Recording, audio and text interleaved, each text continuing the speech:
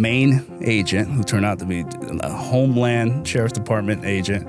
And by the way, the agency was Polk County Sheriff's Department, so it was a sheriff department. It's just different agents from that department. So they take me back to a car in the flea market. That was the nondescript place we were going to do an interview. So I go back there with him. He reads me my rights, and he's like, "Hey, man, how'd you learn how to jailbreak Firesticks?"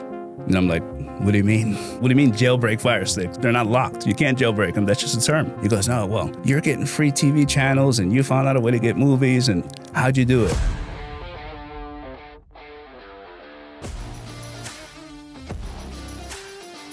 Luis, welcome to Locked In, all the way from Florida, man. Hope you had a good trip, and welcome to Locked In.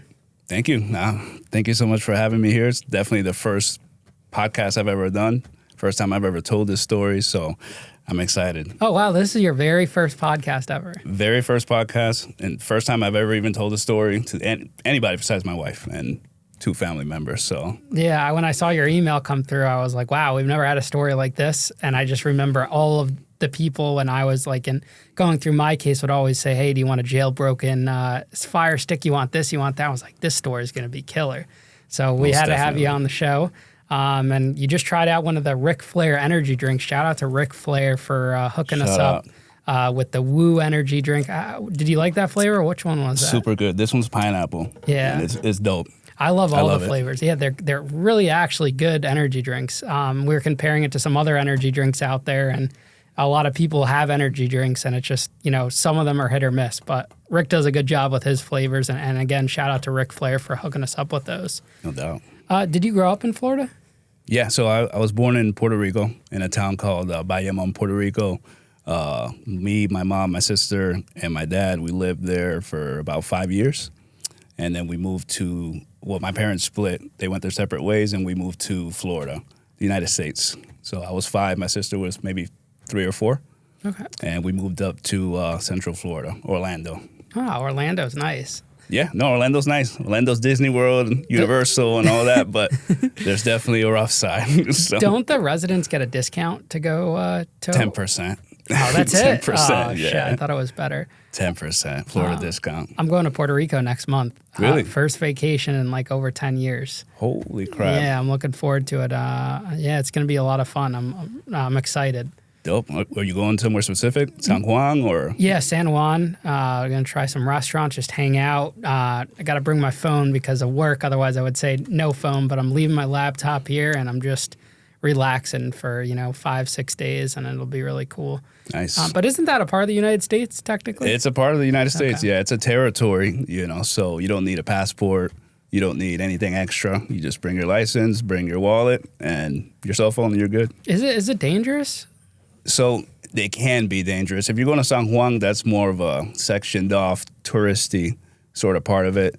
And most of the island is too. So it can be in certain situations, at certain times of the night. Like, for example, after midnight, or maybe it's 10 p.m., it's after 10 p.m., you can run the red lights. It's not illegal. Like, you're expected to not stop at the red light in certain, parts of PR, and that's just how it is. It's always been like that. But I'm assuming at like the hotels and resorts, that's not like that. Yeah. Okay. It's more on the inside and some of the smaller towns and things like that. San Juan is LA. Do they have like Ubers and everything? They have Ubers, Lyft, everything. Awesome. Yeah. I'll have to get some recommendations from you later. No doubt. So growing up, was it dangerous at all? We were there for growing up there maybe the first 5 years, so we really didn't experience anything. We would go back every year for summer to hang out with my dad and things like that, but I never saw anything too crazy. You just see the news, Yeah. Shootouts here and there. And casual shootout. Yeah. AK-47's over here, AR-15's over there. Is that like gang-related type of incidents? I think there's a lot of gang-related stuff, but mostly it's drugs. Mostly, if I'm not mistaken, there was a route to Puerto Rico for quite some time. So I think that kind of exacerbated the shootings and all the damage that was going on down there. Gotcha. Makes sense. Yeah. So when you got back over here, was it hard to adjust to the schooling system, to the environment, the friends, everything like that? Yeah, that was a little tough. Coming in first grade, not knowing any English, That was a little rough at first, but we got put in the ESOL class. I don't know. Have you ever heard of ESOL? No. It's like English for second ESL. language. Yeah, ESL, okay. second language English speakers. Yes, I know what that. I've never heard it called ESOL class. Yeah. Okay. Yeah, we got put into that, and so we kind of just learned from there, learned from the school, learned from watching TV, cartoons, and so that it wasn't too hard transitioning. And we're so little that we were able to pick it up pretty quick. Were you guys living better maybe financially over here compared to Puerto Rico, or were you better off in Puerto Rico? I would say probably better off in Puerto Rico at the beginning. My mom was a teacher. My dad was a tour guide. So once that split happened and we came here to Florida, it was a little rougher because now she's starting over, having to do things like dishwashing, things like working at flea markets, things like during the weekend and keeping a full-time job during the week. So that was a little rougher. That for sure, that first maybe 10 years of her climbing back up, that was a little rougher. So she couldn't be a teacher over here, couldn't transfer over or anything? She could, but she didn't speak English at first, so it took her like a good couple years to kind of get comfortable with it. And by that point, she was already establishing, a whole new route. So, yeah. How many siblings did you have? So I have one sibling that's a blood sibling, same mom, same dad. And then I have a stepbrother, stepsister in Puerto Rico. They actually just recently moved to Florida. So altogether, it's 4 of us. But it was just you and the other when you guys got here? Yeah. Were you guys close at all growing up? Yeah, super close. I mean, it was just us 3, me, her, and then my mom. So we were very close. Small apartment, Orlando. So yeah, there wasn't too much to do yet for us. So. Yeah, it was probably expensive too, I'm assuming, in Orlando. Yeah, no, Orlando can get really, really crazy, especially nowadays. Back then, they had things like Section 8 and that kind of thing, which kind of helped people pay the rent. But my mom quickly got off of that, maybe after a couple years, and yeah. Now, as a kid in Puerto Rico, did you have dreams of what the United States would be like, and did it meet your dreams when you came over here, or was it completely different? So as a kid, I didn't really think about what the U.S. would be like. What was really different was, just not a lot of people speaking Spanish, essentially. There's American kids, white kids, black kids. Over there, it's just like there's different colors, but everybody speaks the same language, so you're more like at home. So that was the big thing. But all I thought about was Disney World back then. So we're like, we're going to Orlando. Disney World's not far. So, so that was really the only thing I thought about. Did you guys get to go there growing up? We did go. We went once or twice, and it was really good. Really, it wasn't as expensive as it is now, but it was great. Yeah, it was like a different time period back then. Even like 10 years ago, the prices are just nuts for Seriously. all of these places. Seriously, yeah. Everything's gone super through the roof, and Florida particularly, too. Were you in public schools through middle school, high school? Yeah, public schools the whole time. Public schools through elementary, middle, high school. We actually ended up going to 6 different schools, 2 elementaries, 2 middles, and 2 high schools. And they were all public during that time for both me and my sister. Were you looked at as like an outsider, or did you start to fit in quickly? Fit in quickly. We fit in quickly. There's a bunch of other children from immigrant families coming in around that time in that part of Orlando. So we were able to fit in quickly, and we had some family members here.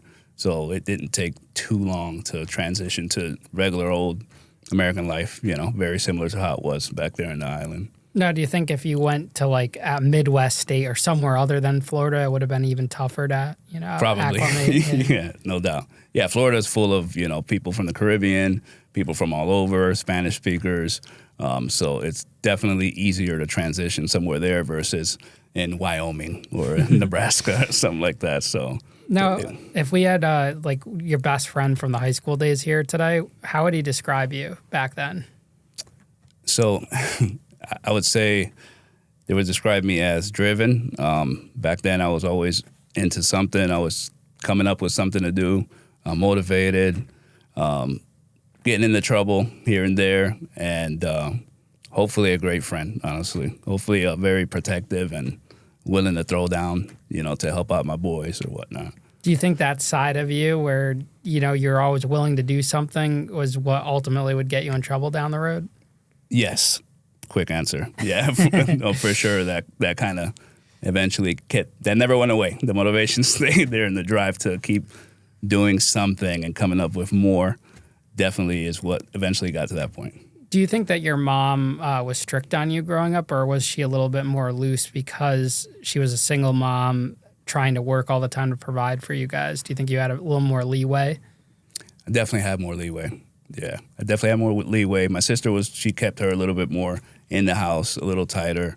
For me, it was more like she didn't want to impede on my sort of figuring out life, so she allowed me a lot more freedom than other kids. You know, she was always watching over, but she also allowed me to make mistakes, learn from the mistakes, and then grow from there. But do you think if you got into trouble, say in high school, she would then turn strict on you and kind of batten down? Yeah. Yeah, so I'm mentoring children right now, like local in the area, and I've noticed with the Spanish families that they have a lot of leeway in like growing up, but then as soon as the individuals get into trouble, then the parents are very strict, tight leash. It's almost like they want them to kind of learn on their own, but as soon as something happens, it changes. And I wonder if that's effective to give them the leeway, or if there needs to be a little more guidance, or how that works. I mean, it's not just Spanish, because that was in my family too, but I've just noticed it, mentoring these children. Yeah, no, that's a very good observation. Because for us, me and my wife, we have 2 boys, and I'm not sure once they get to that age if we allow them to make the mistakes, if we, because right now we're still kind of helicoptering over them and trying not to. But it's an interesting observation. I'm not sure. That might be a cultural thing, honestly, because that's kind of how it was. I guess it also must have to do with the experience of the parent, their childhood, because you're someone that has now the experience running into, bad situations. So that's going to rub off onto your children. And same thing when I have kids. I'm going to know the mistakes I made, and I'm going to be able to relay that. Definitely. Yeah. I hope they do listen. Our two boys are still pretty young. But hopefully with everything that's gone on, with time, they'll listen, and we'll be able to kind of show them to not just say it, but show them that, hey, you don't need to, you don't need to go astray. There's plenty other ways to make things happen. So, and they can watch this to give a little insight on their dad. Definitely, yeah, they're gonna watch it eventually. So. Yeah, I'm always curious when guests have kids if they'll have their kids watch it. I mean, eventually the kids will watch it on their own, but it is interesting because these guests like yourself spill like deep, dark, secrets or are very vulnerable on the show. And, that it's just a whole new level of parenting is kind of exposed in that way because your kid gets to see something that normal parents and their children would never have conversations about. For sure. They get to see a little bit more adult and honest and kind of the raw stuff. So, and now with the algorithms, I mean, your show's coming up in my algorithm all the time. So eventually it's going to bleed over to theirs, 1 or 2 episodes, and it might be this one. So you never know. For sure. Now, in high school, did you have a career in mind that you wanted to get into? Did you have a plan in general, a life plan or goal? So, no, honestly, no. My path was to, bring in income as much as possible, help out at home. And so there was no real path or no specific career like, hey, I want to be an astronaut or I want to be a policeman or this kind of thing. It was more like, what can I do to make the most money as quick as possible? So that's just how my mind kind of worked due to how things were as we grew up and having to see mom, several jobs, that kind of thing. So I'm like, I got to do something now. I can't go to college for another 4 years or 6 years or get loans or whatever. Something has to happen now. So that kind of led me into the teens and then the early 20s. Now, looking back on it now, did you ever think that you would be an author of a book that's going to be out a couple days before this episode comes out? If you want to tell the audience just the name of the book, where they can find it, and a little brief description. Don't give away all the info, so that way they could hear it in the rest of the episode, but just a little teaser. No doubt, yeah. No, your first question, I definitely didn't think I was ever going to be an author or write a book and get it self-publish it myself. But the book is called Jailbroken. It's Jailbroken, and the subtitle is a story of corporate overreach, police abuse of power, and modern technology. Modern technology being Amazon Firesticks or any sort of streaming devices. And the book kind of just details an event that happened to me that I don't think has ever happened. I couldn't find anywhere that has happened in the United States, period.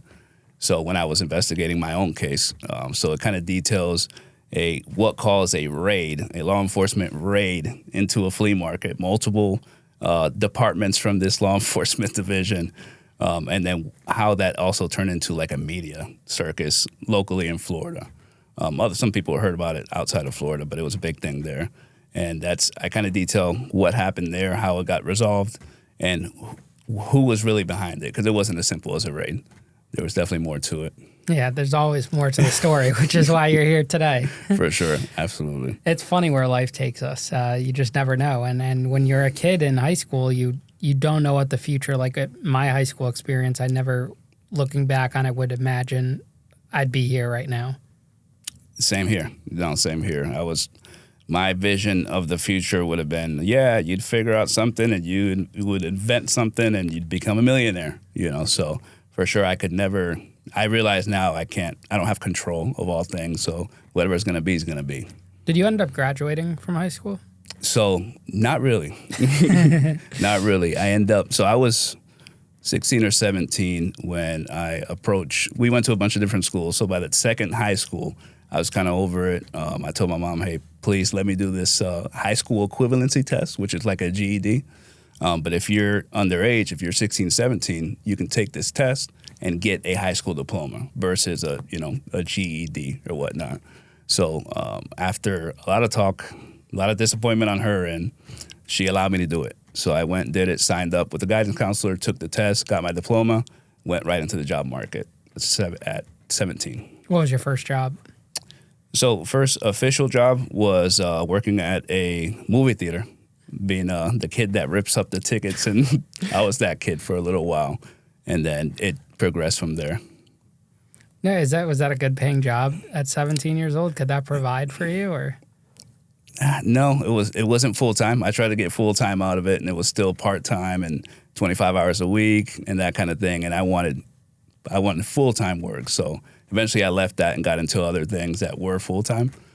So it was a little rough at first, but there wasn't much of shit to pay, right? It's just like drinking money, little bills here and there. I was still staying with my mom. She was allowing me to stay there. So, it did what it needed to do for that time period. I've been going into movie theaters now and just getting the popcorn and leaving. Yeah, it's so good. It's literally the best popcorn. It's so good, man. And when I was there, I was cleaning up that popcorn. So, I kind of got over it. I ate so much of it and smelled it. Yeah, your clothes probably smelled like popcorn the whole time too. Definitely. Yeah. It was a fun job though. What job came after that? So after that, there was a couple in between, but there's a pizza place I worked at. So during this time, I lived in Kissimmee, Florida, which is similar. It's nearby Orlando. They're well known for, Disney, hotels. So they have a big long. Have you ever seen the Florida Project, by the way? Mm-mm. So it's a movie that covers this strip of motels. It's like 6 miles long in Kissimmee. And a big thing there was getting pizza flyers to these hotels. Like pizza places would pay you, here's 1,000 flyers. Go out there and put them under as many doors as you can and get out of there, we'll pay you cash. So that was what I did next. And it was good money for, 17-year-old. It's like $100 a day and it was cash. So I was doing that for a while. Once that kind of slowed down, I got into warehousing and basically working warehouses, slinging heavy-duty cables and things like this. And that kind of carried me into sort of what I'm still doing today, which is logistics. So that a bunch of different warehousing jobs, from forklift driving to anything you can imagine in the warehouse, and then moving into other things. How are you feeling during that time period where you're like, I want something more from my life. I wish I was making more money. What was like your mindset? My mindset, I was happy. I was happy because I was making good money, like as how I saw it. My few little bills, I ended up being able to move out. I had my car early in life, paying all my stuff. And so it felt great. It felt great being able to pay bills and work. The work was heavy-duty labor, and I loved heavy-duty labor at the time. So I loved it. I loved it at first. Things eventually changed a little bit. And that's when the 2011, the job market slowed down and they end up cutting positions. And then I end up doing more warehouse work, just harder, which is selecting product for food companies and having to load it onto trailers. And that's a little more hardcore work. Would you say that was your catalyst for choosing the route you would take, getting into like the Firesticks and whatnot, or would that come later on? That would come later on, but yes, that definitely was part of it because I was doing different things but not making much more, right? I was still at $25,000 a year, $30,000 a year, working 40, 50 hours, and still in Florida, that's nothing. You got to make a lot more than that to be able to pay your bills and still have fun. So that was definitely part of the frustration that ended up leading to doing extra things to bring in more income. Things like I was also buying stuff on Craigslist, refurbishing it like fitness equipment, ellipticals, treadmills, redoing that, repainting them, selling them on the weekends. I was cutting grass. I bought a lawn company, and I was doing all this on the weekends in between my warehouse gigs to try to bring in, more income. Yeah, and I mean, one of the biggest search topics I'm assuming on Google are like side hustles. I know that always comes up in news articles, like people want a side hustle, whether it's Uber or DoorDash or finding something to do. And I think when you're not making your full salary at the job, or it's a job you don't want, or a middle job, you're going to automatically look for side hustles. So it's interesting that was kind of what brought you. Like if you were in a job where it was like a 6-figure job and you loved it and you were happy, you wouldn't be here today because nothing would have ever happened. Correct. Wouldn't have haven't been doing more jobs and more random stuff on the weekends and after work and this kind of thing. So for sure, but then again, that's my own fault. I can't blame anybody for that. I should have went to college. I should have, done this the right way, done that the right way. So I wanted to do it the hard way. So I knew, get to work. Like I didn't have a problem with working many extra hours because I knew, hey, you chose this. So make something happen out of it. Like do something with it. So bring us to the time period and tell us what year you stumbled upon the Firesticks and what your idea was and how you took it to the next level. Sure. So Firesticks have always kind of been a thing. They've been around since like 2014. So it's been about 10 years now since they released the first Firestick. And that's always been just a thing with friends. Like everybody knows that you can use a Firestick and load as many apps as you want, apps for movies, apps for TV, legal apps, and you can also sideload other things on there. So that's always been sort of like common knowledge thing, and people would ask me about them because I was good with it. Like friends would say, hey, can you sideload me a Firestick that has these sort of movies on it? Okay, boom, no problem. So eventually, if we fast forward to COVID, when COVID hit, Florida didn't close. Florida was closed maybe a couple days. So it was like, get back to work, right? So that didn't change. What changed is more people end up going to the flea market. More people came out. Some people were working from home. Kids were at home too. So the bills didn't stop. There was no deferment for your rent or no extra time to pay this or pay that. It's like, keep on going. So during COVID, I noticed that there was a huge increase in people in the flea market. I wasn't a vendor yet. I was going there to shop and, meet people and talk to people there.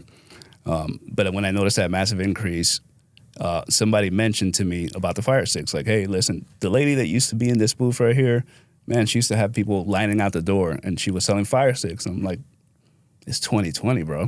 Who's buying Firesticks, right? You can do it yourself. Go to Google. Just YouTube it. And he's like, no, she had a huge line of people, blah, blah, blah.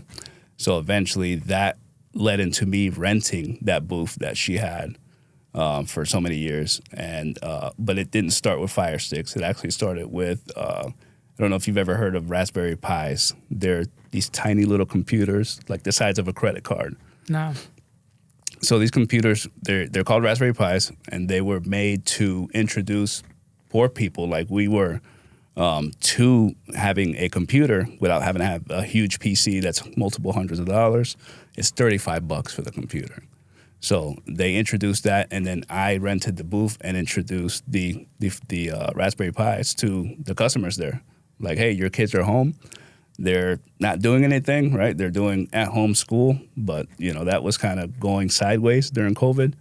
So this at least allowed them to work on a computer, learn how to code. They had programs to learn how to code for kids, build games, and this kind of thing. So that's what I really started with in the flea market, was those tiny computers. And you were pretty tech savvy? Were you always tech savvy? Or I didn't know how to code or anything in high school? Yeah, and I definitely still don't know how to code.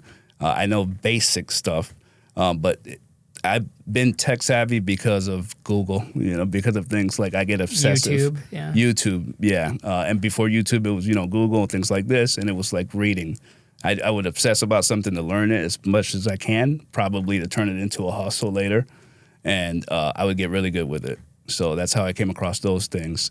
And eventually I was able to talk about it and teach about it at places like the flea market. So you didn't want to offer a class or something, or to charge? I feel like that could have been lucrative. Yeah, you know what? Maybe an online class or something like that. But the what I saw with the Raspberry Pis was they were designed for poor people, essentially, to use and be able to do what people are doing in labs or whatnot. Buy 2 or 3 Pis, put them together, build a program, that kind of thing. But where are the poor people at? They're at the flea markets, they're at the regular places where we're at. So that wasn't reaching them. They'd never heard about a Raspberry Pi.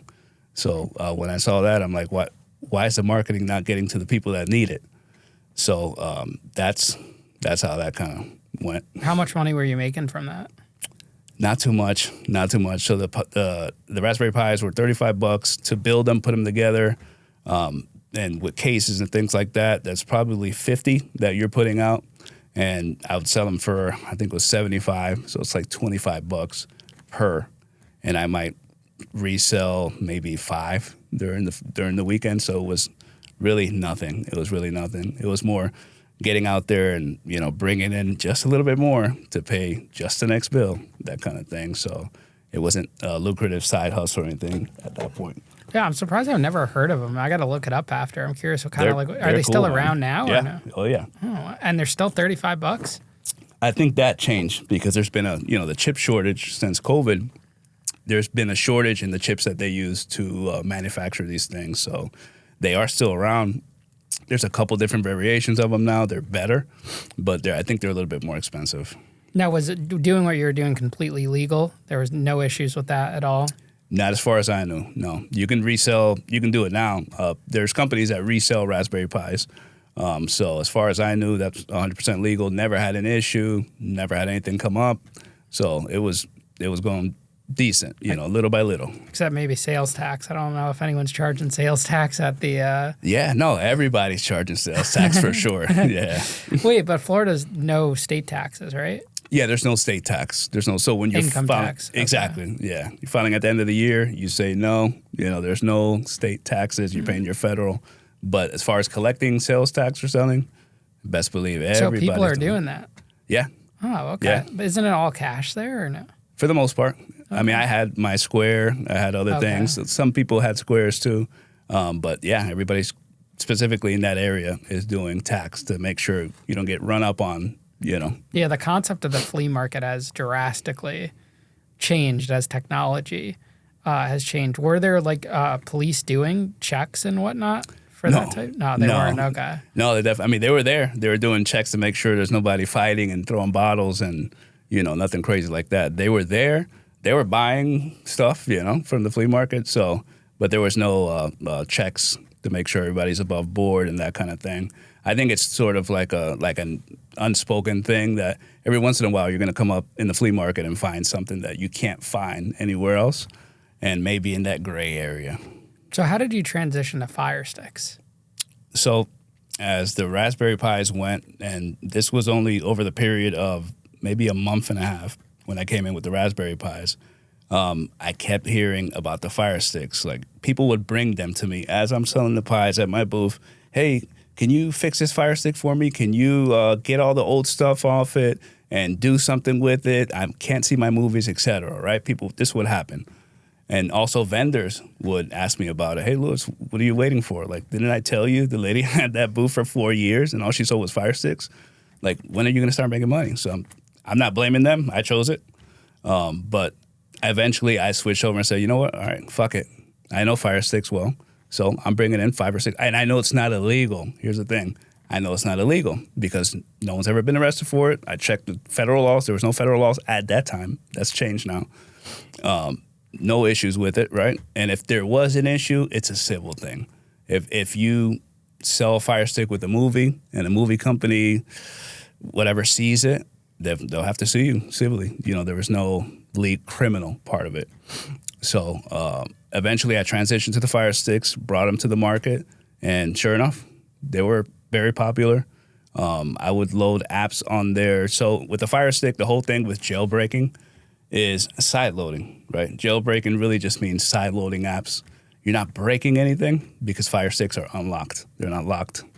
So, but that term has been used for marketing and used for, you know, whatever around the internet. So I started bringing those in there, adding apps that people wanted. And the most popular thing was local news, local TV, regular channels. Like I thought I was going to get, hey man, can you get the pay-per-view fight from, you know, can you get HBO Max and whatever? No. They just wanted local stuff. So that was cool. I added local apps on there. One was Lowcast. I don't know if you've ever heard of Lowcast. It sounds kind of familiar. It was pretty big. It was a pretty big act back 2019, 2020 era. And it was getting people local channels. That's what it was doing. It was perfect, right to your TV. That actually got shut down as I was during my process. Once I got rated, they got shut down, unrelated, but they said that guy that was running it, who was a former FCC commissioner, his name is David Goodfriend. He worked for Bill Clinton. This guy he's a lawyer. He built this program in order to get people local channels, and specifically during COVID. And then that got shut down. But that was the most popular thing by far from customers was that Lowcast. Now, so that's the main. Explain to people why they would want a Fire Stick, because in today's world, all these TVs are now smart TVs. But back then, you didn't. There was the smart TVs were just coming out or didn't really exist as much as they do now, and you would have to buy a Fire Stick. So explain what the difference was between a TV with a Fire Stick and a TV without it.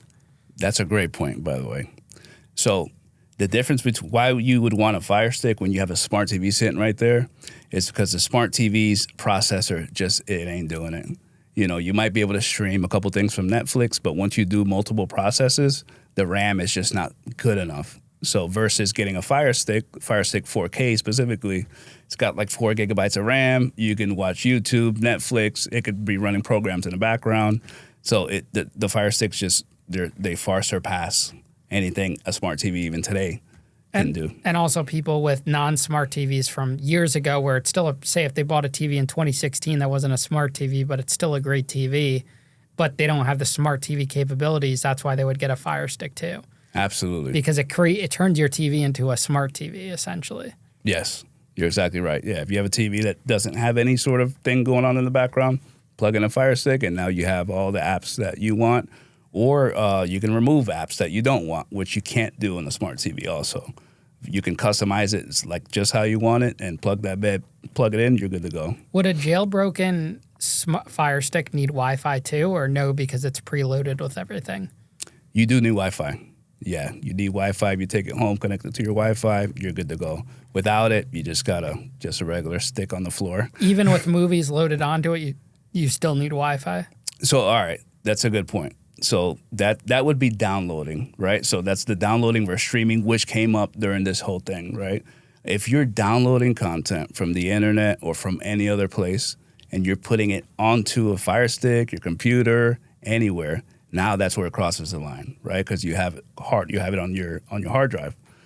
So for what I was doing, it was 100% streaming.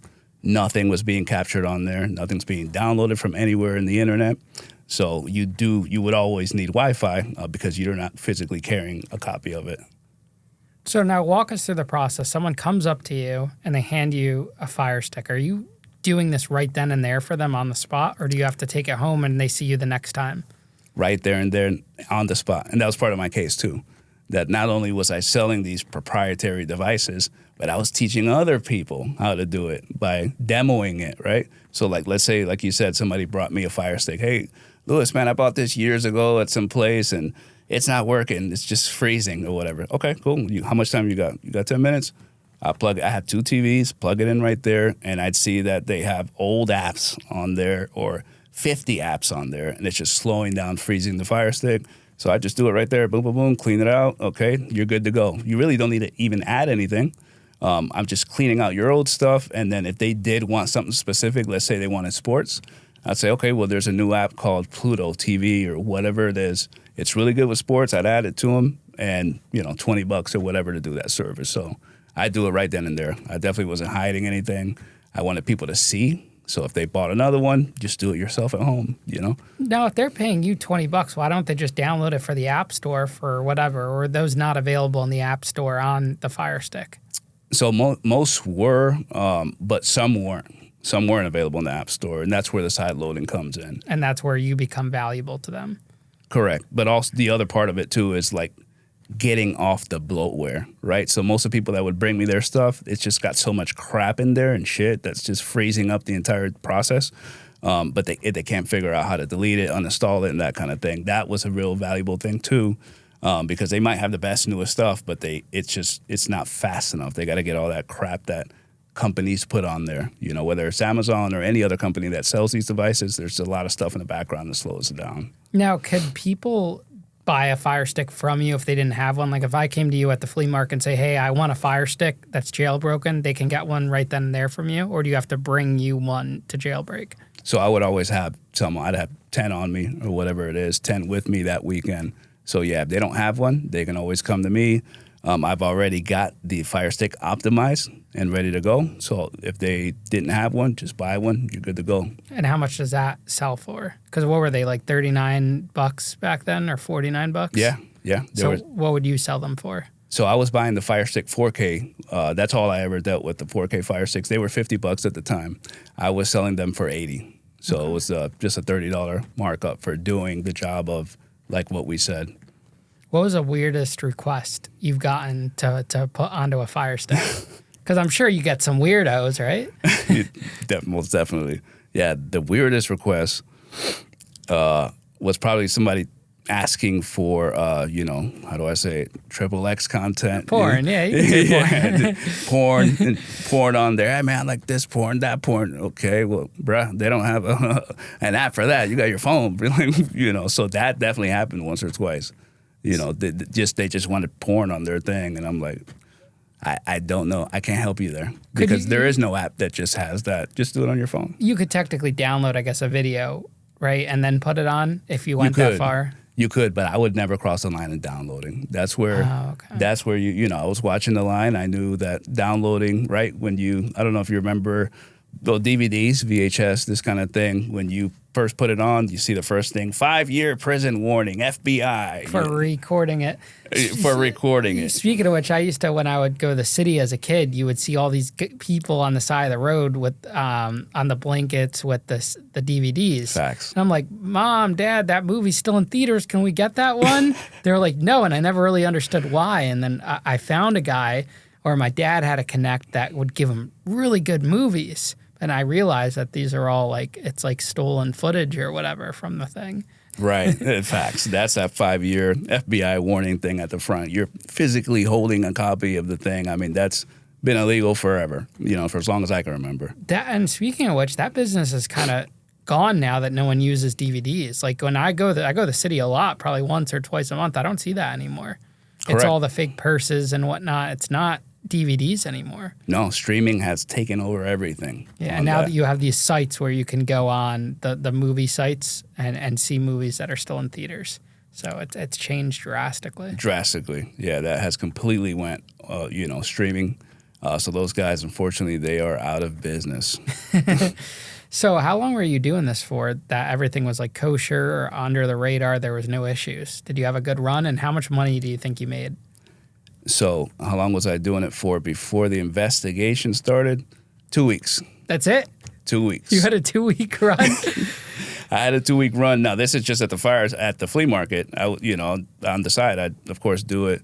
But I wasn't selling them. This was for friends. But this is the whole weird thing about this thing. 2 weeks from changing from Raspberry Pis to Amazon Firesticks, they start coming in with secret recording devices and microphones and all type of shit. So people had been there for years. The lady that was there before me was there for years. There's other people in the market. So it was really weird. I don't know how that took place, but it was 2 weeks. Do you think it was a jealousy thing? Someone snitched you out? So if there was something to snitch on, I would say, yeah. I mean, if you're like, listen, I got fire stick. I also sell some weed. I also got some coke. Okay, well, yeah, there's something to snitch on. But if it's a fire stick that's not illegal, at least from how I was doing it, that's the weird, I don't know. But I feel like if you call a police officer and you say, hey, this guy has like they could spin it. This guy has hack technology, jailbroken. It sounds salacious. It sounds bad. Yes, you're right. And that's kind of how they sold it. As in somebody said, I don't know if you ever seen anything about this case specifically, but they went up to this is what they said. They went up to the sheriff's department and said, hey, I was just at the Auburndale flea market and those people got some kind of fire stick. And they say, there must be something illegal about this. And the police say, well, like what? Well, they're getting free TV, free channels, and they're watching free movies. Something's got to be wrong. And that's what set off the whole thing, right? So supposedly that's what happened. Now, once I got into my case, got my discovery, no, that's not what happened. But, that's what was sold. So like you said, it could have been interpreted wrong. But yeah, it was very shortly after switching to Firesticks that it wasn't just me. It was also a couple other vendors that came under investigation. So I don't know who set it off, but yeah, it was a weird time. So how do you find out for the first time you're under investigation? And by who? Who's investigating you? So I don't find out until the investigation started in 2020, in October of 2020. I didn't find out for 2 months until December of 2020 when I'm getting raided by multiple agents. That's when I found out, okay, something's going on, right? I didn't know that it was how long this had been going on until I got my discovery a month after that. So I had no idea when it was going on that these guys were coming in here with cameras and microphones and, hey, man, you got this, you got that, no idea. And neither did the other vendors. Bring us through the raid. Describe the day, what happened, and the whole scenario. Okay, yeah. So it was Saturday, December 19th, 2020. So just regular Saturday at the flea market. You, as a vendor, you want to get there early, get set up, because once the sun comes up, people are coming in, right? So I'd be there at 6 in the morning Saturdays getting set up. I get set up at about 8 a.m. The first people start coming through the flea market. A guy stops by my booth, right? And hey, man, you got any fire sticks? My wife bought one recently or whatever. I said, no, I don't. I actually didn't. I had a different type of streaming devices, which is called a Xiaomi stick. He was like, oh, okay, well, do you mind if I make a phone call real quick? Yeah, whatever. He goes, leaves, makes a phone call, supposedly. He comes back. Okay, you know what? My wife does want that. I'll take it. Okay. And I showed him how it works, right? Gave the demo, turned on the TV, did the whole thing. He bought the stick. He went away. Maybe 10 minutes later, a lady comes up, and she brings me her fire stick like we were talking about earlier in the interview. Hey, can you fix this? I'm fixing it for her. Here comes 6 guys. Luis Vasquez, we got search warrant for a whole thing. I mean, they come in fast, not with their guns out pointed at me, but they're gripping, right? And I'm just shocked. I couldn't even react. Time slowed down. First time I've ever felt real shock. Time slowed down. I couldn't hear anything. My hearing was gone. And then finally, when I snapped back out of it, they're like, come on out of the booth, man. You gonna be cool? You gonna be cool? And I'm like, cool about what, motherfucker? What are you talking? Like, what is this, right? So I finally come out. I come out of the booth. The guy's like, you gotta come with me. Another guy came by with a big, crazy Canon camera, like I swear to God, like a paparazzi thing. And they're taking pictures of the booth. And I had a sign that says free TV guy up top. Free TV guy. Here's another sign. I fix fire sticks. That's what my sign said. He's taking a picture of that. And I said, well, goddamn, this is something different here, right? So the main agent, who turned out to be a Homeland, there was multiple people involved. I think this guy was like a Homeland Sheriff's Department agent. And by the way, the agency was Polk County Sheriff's Department. So it was a sheriff department. and it's just different agents from that department. So they take me back to a car in the flea market. That was the nondescript place we were going to do an interview. So I go back there with him. He reads me my rights, and he's like, "Hey, man, how'd you learn how to jailbreak Firesticks?" And I'm like, "What do you mean? What do you mean jailbreak Firesticks? They're not locked. You can't jailbreak them. That's just a term." He goes, "No, well, you're getting free TV channels, and you found out a way to get movies, and how'd you do it?" I'm like, "All right, if I was to learn how to do it, YouTube, Google, online, they're everywhere, right?" He busts out a paper from his glove compartment that says robbery, theft, and related crimes, Florida state statutes. And I'm like, he gives it to me. And I'm like, what the fuck is this? Is that robbery? It has nothing to do with me. You're in the flea market, right? You're buying a fire stick. So he keeps going on with it. I'm telling him that's not right. You're not telling, this is bullshit. So eventually we end the discussion, and here come the other police ready to take me to jail. So as I'm going to the cop that's going to transport me to jail, I've unfortunately have been to jail back in the day, my early 20s. So it's nothing crazy. I knew you put your hands behind your back, don't go crazy. You're going to put the cuffs on and you'll be all right, right? So I turn around, put my hands behind my back, ready to put the cuffs. The guy, I swear to God, the cop says, no, it's okay, man. We'll put it on from the front. And I'm like, okay, it's just the day's getting weirder and weird. I've never seen an officer. I don't know if you've ever seen this before. Yeah. I'm like, all right, put it on from the front. And it wasn't just me, by the way, that got taken. It was me. I was 34 at the time. It was some elderly folks. The oldest person was like 92. So it was 3 other vendors, separate parts of the flea market. The second oldest was like 89. And then there was a middle-aged lady, and they all got taken too, right? So the oldest guy, he gets put in the car with me. It's me and him in the back seat. And he's mad as hell, just like I was. We get transported up there. We get taken up to the jail. And what I write about in the book was a lot of these weird things were going on at the same time. We get to the jail. I've never seen police do this either. One cop says to the other cop, as we're waiting in the jail car, "Hey, man, it's a sad day to be a cop." And the other cop's like, "Yeah, tell me about it. Like, what is this?" Right there, I could tell that they were shocked that they just raided the flea market and took me and like old elderly folks to jail, to Polk County Jail. Polk County is known as a rough fucking jail. So anyways, we get taken in there. I try to give, I know these elderly people have never been to jail. So I try to give them just a little rundown. Hey, it's going to be all right. You're going to get processed. Your family's going to get you out. I didn't know them before this day, but I'm trying to help them, right? You'll be all right. So anyways, and that's how it went. That's how that part of it went. And who do you call when you got processed for like your phone call to bail you out, if you even had a bail? Yeah, so my wife.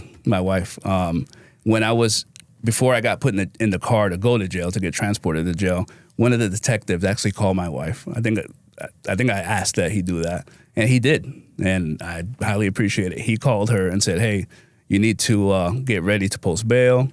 And she's just shocked, like, "For what?" "Oh, well, Luis is getting taken to jail. He got taken away from the flea market." And she's like, "What? For what?" She's thinking fighting, shit happens at flea markets. There's stabbings and stuff like that from time to time, something like that. And he's like, I can't explain it. Just, pull up his name, you'll see it.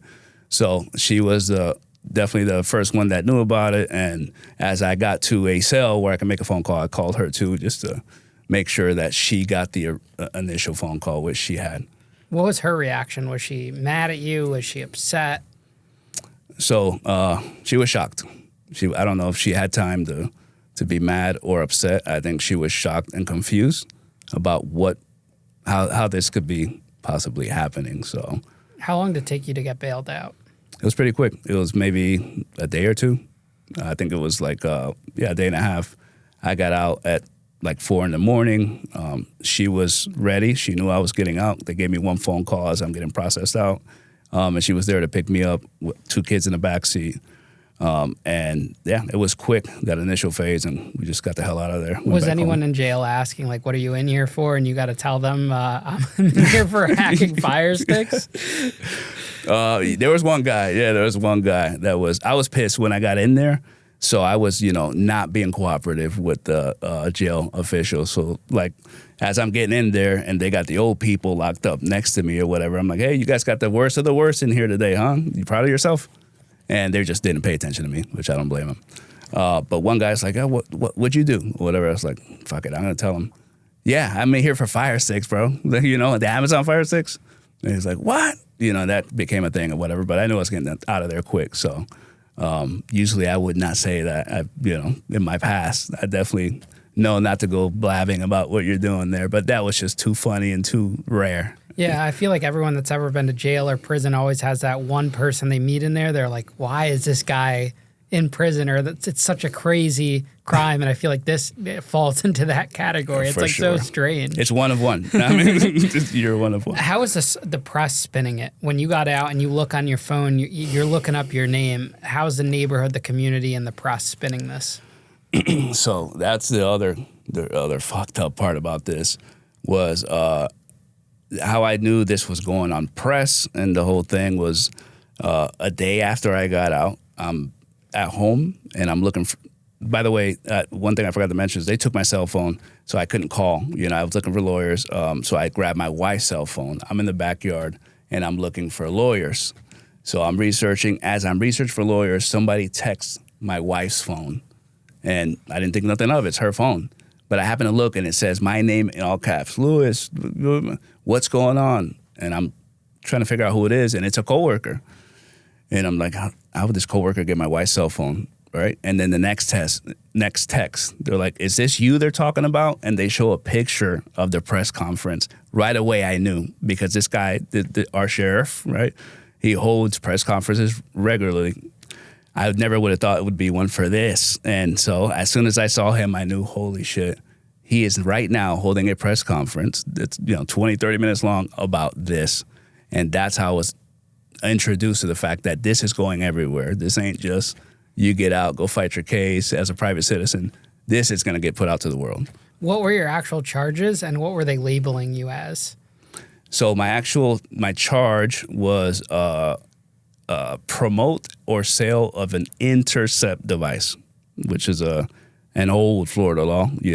That's like, an example would be like, New York City. If you're going from one building to the next building, you're connecting cables together to each get free HBO, whatever. That's an intercept, device. So that's what they hit me with, which was a felony 3, carrying up to 5 years. I did have a prior misdemeanor history as a kid, in my early 20s.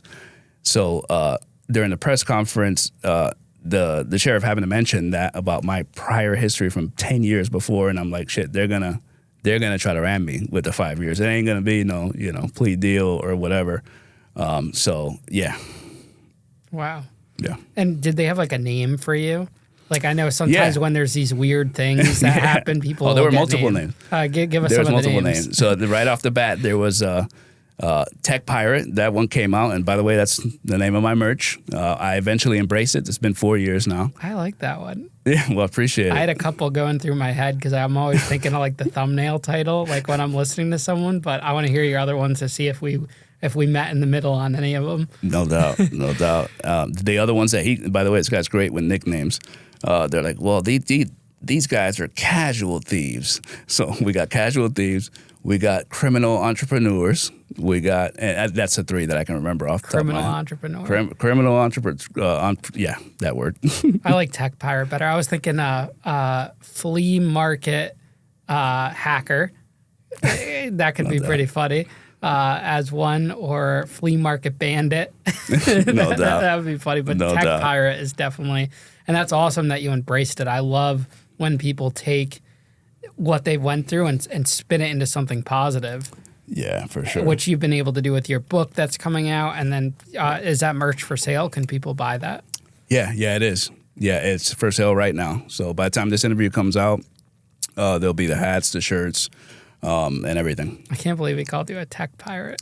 yeah, man. It was an interesting thing, and there was a lot more than that, but it was a very shocking thing when it all went down. And of course, it affects everything, right? Because I'm getting the text from a work friend saying, "Hey, what the hell's going on, man? You're on the news. So when that all went down, I couldn't watch it, by the way. When the press conference came out, I'm like, all right, I know what this is. Fuck. Hurry up, give me a lawyer, man, because this is getting crazy. So right away, my job found out, so. How did they react? Did they fire you? No. So the first day back going into work, I'm driving to work. I don't have my cell phone. The police still have my cell phone. So I'm just driving into work. I get in there hoping that somehow nobody saw anything, right? In the full denial. So the person that texted me is a friend, so he didn't say anything. It didn't matter. As I'm rolling in there, the first people I'm seeing out there, a guy comes up to my car. Hey, Luis, man, I'm sorry. I saw what happened, man. And this guy is known as the biggest, like the guy with the biggest mouth, kind of, the guy that talks a lot. So I said, fuck, he knows it's over. So I'm sorry. I was like, dude, don't say anything else, man. We're good. Don't worry. I'm taking care of it. I get inside the office and, multiple people they're kind of looking up and down. You could tell it was weird right off the bat. I go into my office and then here comes my manager who I only see once or twice a year. He doesn't live in Florida, right? He flies back and forth. So he comes in there and I knew it was like, okay, I'm still in denial. I'm like, well, maybe there's a good reason for this. So he pulls me in the office and he's like, all you have to do is get his phone out. Luis, what the hell is this, man? And I'm like, oh, fuck, it's over. So they didn't terminate. They were going to suspend me to terminate. I mean, it was like, hey, there's nothing I can do. He gave me that whole spiel. There's nothing I can do. Corporate found out. Corporate's in New Hampshire. I'm in Florida. Corporate found out the next day. He said, there's nothing I can do. It's out of my hands. You do what you got to do. I'm like, okay, so I'm definitely not coming back from the suspension, right? This is termination. I know what this is. He's like, I'm not saying that, but, if I was you, fight this case. It sounds ridiculous. And I told him it is, and I'll get it. I'll beat it. But he's like, all right, cool. And as he's like giving me the spiel, he gets a phone call. He walks outside of the office, and I'm just thinking, like, fuck, what am I going to tell my wife? I got these 2 little kids at home. Like, this is bad. Like, these bastards, they're trying to do this. They're trying to screw up your whole shit, right?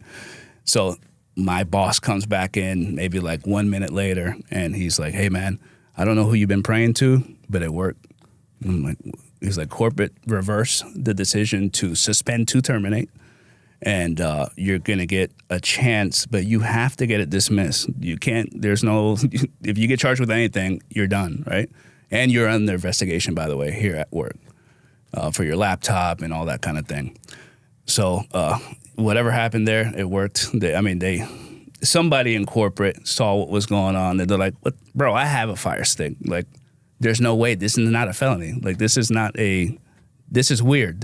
Let's wait to see what happens." So somebody stepped up and brought in some logic, to it. So that saved me for that time and being able to provide. Well, see, it's so important that we're talking about this because you were not proven guilty yet, or even in a situation to be proven guilty, and meanwhile your job's at risk. You didn't kill anyone. You didn't hurt anyone. This is pretty much a misdemeanor, if it's criminal at all, and you were at risk of losing your job. And that's solely because of the media, how the media spins it after you got arrested. That's screwed up. Correct. That's what's wrong. That's what's fucked up here because, like, I get it. Let's say somebody kills somebody else, right? Let's take the most extreme example. I'm sorry, you're not going to see it on the media, on multiple channels. There's not going to be a press conference, and it's not going to YouTube, TikTok, Facebook, and everywhere else. It's just something that happens every day. Yeah, I mean, if the court deems you able to get a bail, get released, and be in society, you should be able to hold your job, unless you're like a figure of public office or something. But, I mean, even aside from that, you look at the senator, what's his name, Bob Menendez, that was arrested by the FBI and now convicted the other day, but arrested, and he was still able to be a senator. And meanwhile, you were at risk of losing your job. Right. That's so crazy. Right. That's the imbalance of the rich versus the poor. Yeah. It's like, hey, good luck, buddy. Hope you got a lawyer and figure it out. Well, now you don't have a job. So, luckily for me, I got saved. Other people that have got these press conferences on them, because it happens pretty often, most of them got terminated, I'm sure. And they had to kind of go with a public defender and try and see what they can figure out. Yeah, it's like the people getting fired for OnlyFans and stuff. Like, Right. Who cares? It's not hurting you. Right. That's a fact. It's silly. That's a fact. What did your lawyer say to you when you got a lawyer? What's his reaction to hearing about this case, looking at the documentation and what they have on you? So that was tough. That was finding a lawyer that could understand what streaming versus downloading is, which it's not easy to understand. It's a confusing thing, right? Looking for somebody that can sort of work in that area, that was tough. So eventually when I found, and it also was during Christmas and New Year's, and everybody was off for a 2-week period when it happened. Once I did get a call back from a lawyer, I'm interviewing them too, like, hey, have you ever heard anything like this? Do you have any experience with tech and this kind of thing? And they say, yeah, we've had a case, certainly not yours. I mean, this is different, but we've had similar cases, and we think we've got an in with the office, the sheriff's office, and we can talk to them and that kind of thing. So but then they said, you also have to know that if you lose, it's 5 years in prison, it's this much, $100,000 fine. Not only that, if there's somebody behind this, like a cable company, they can come after you for every instance that you sold a Fire Stick or whatever. So they were kind of putting the tough love, giving everything out there at first, but it didn't sound like they understood what this really was and how to fight it. Because I wanted to fight. I wanted to go to trial, and like they put it out in public. I wanted to go back in public and put it in the trial and beat them. But it's not a common thing, so it was hard to find a lawyer who understood this well. And the lawyer that I went with, I was so desperate to get an attorney that I just went with that person that called me back, right after New Year's.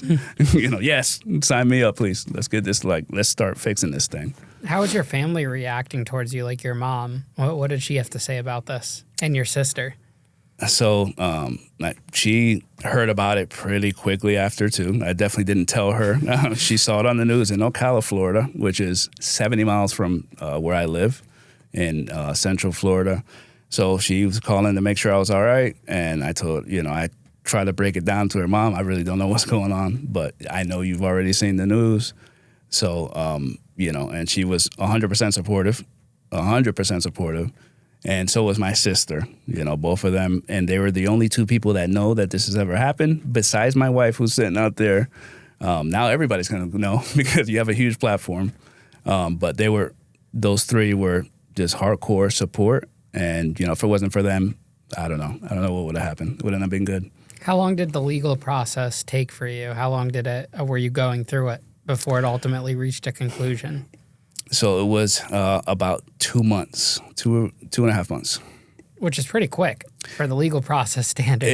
It is. Had I gone to trial, it could have been, who knows, a year or whatnot. But from the initial raid, arrest, media campaign, down to it being dismissed later, that was about 2.5 months. Did they offer you a plea deal right away or anything like that? Yeah. So about a month into it, they offered me to take a misdemeanor for who knows what the hell that thing was. Something about of copywriting a cable company or something like that. It was a misdemeanor charge, first degree misdemeanor. No jail time, right? Just pay fines and do community service. I refused it. So they did offer it. But I said no. Did your lawyer think you should take it? Yes. The lawyer thought I should take it. I disagreed with the lawyer.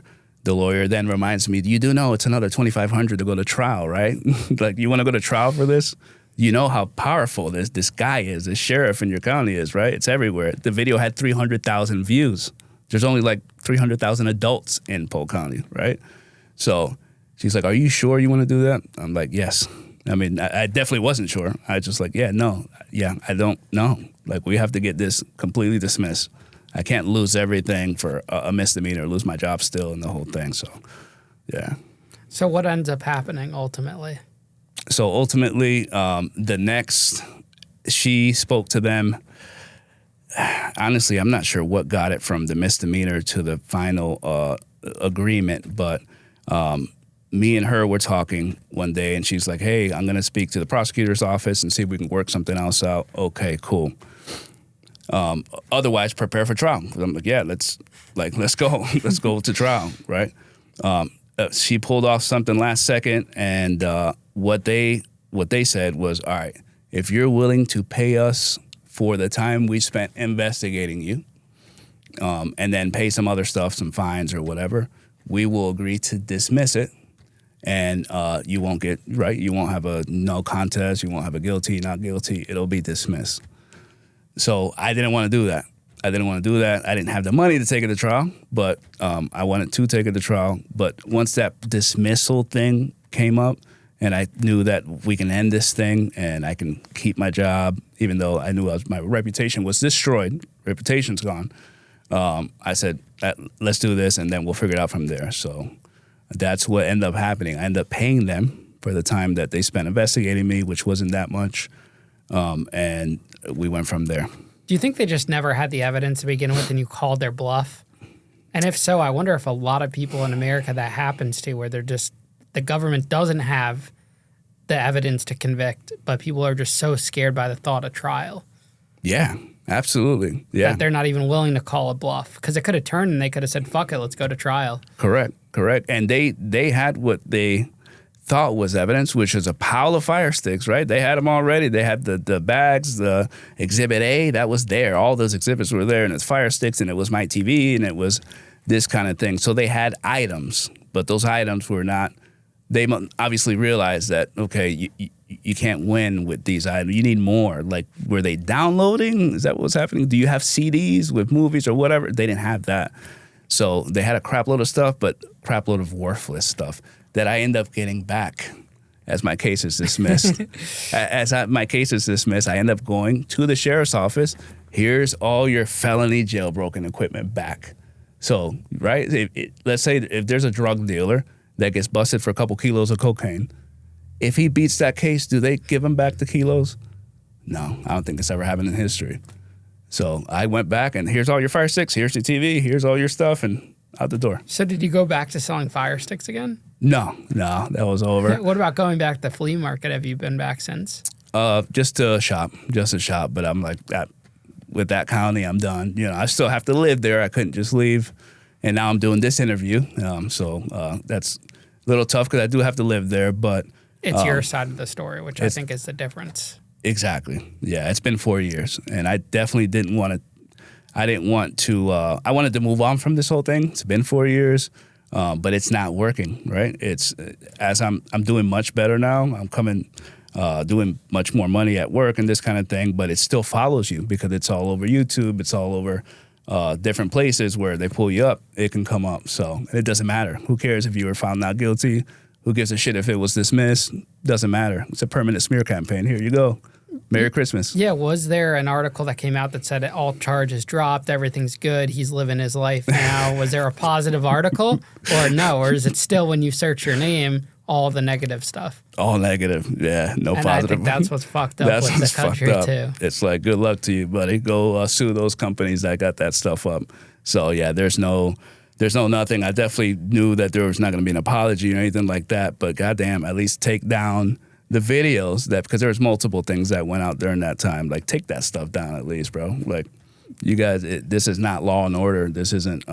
This is just a get back from, you know. Well, guess what? Now there's going to be your side of the story that pops up when you search your name on Google. No doubt. Which is just as powerful. Absolutely. Do you feel like you've been able to rebuild your reputation in the community since then, or is it still an uphill battle?